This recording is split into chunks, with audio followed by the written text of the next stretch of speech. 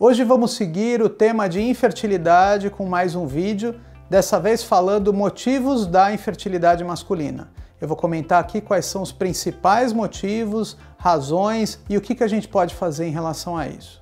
Vamos começar pelo início de tudo, os hábitos do paciente. Muitas situações corriqueiras atrapalham a fertilidade e isso tem que ser avisado ao paciente.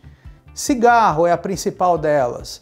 Uso de drogas, principalmente a maconha. Há vários trabalhos mostrando que a maconha piora tanto a motilidade, que é quanto esses espermatozoides conseguem andar, quanto a concentração deles por ml. Uso de anabolizantes. Muitos pacientes desconhecem o fato de que 1/3 de todos os pacientes que usaram ou usam anabolizantes são inférteis. O uso de anabolizantes, tanto em gel quanto via oral ou injetável, pode atrapalhar a fertilidade desse homem, inclusive zerando a contagem de espermatozoides. A obesidade é outro fator muito importante para a infertilidade. Diversos trabalhos já mostraram que o aumento de peso ele é responsável pelo aumento do estrógeno e diminuição da testosterona, hormônio principal para a produção de espermatozoides, inclusive para caracteres sexuais e vontade de transar, que é o que a gente chama de libido, e a própria ereção.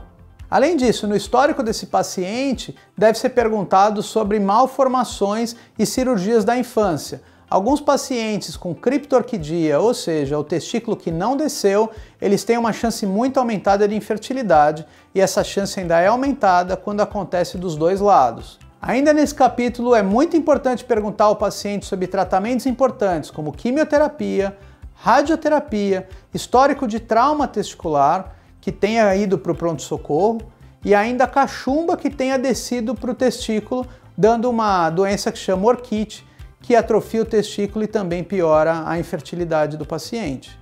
Nos antecedentes cirúrgicos, a gente sempre questiona qualquer cirurgia de pênis, qualquer cirurgia de testículo, qualquer tratamento nesses órgãos, inclusive cirurgias de pelve. A gente sabe que algumas ressecções de tumores de intestino, por exemplo, podem alterar a ejaculação e piorar de forma muito importante a fertilidade do paciente.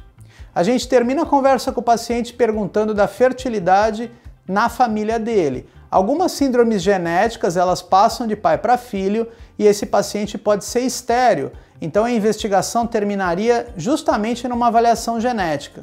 Em alguns pacientes é obrigatória a avaliação genética com pedido de cariótipo. Quando o paciente retorna, o urologista sempre precisa ficar atento a alterações metabólicas, como triglicérides, colesterol e glicemia, que devem sim ser corrigidas, bem como alterações da testosterona.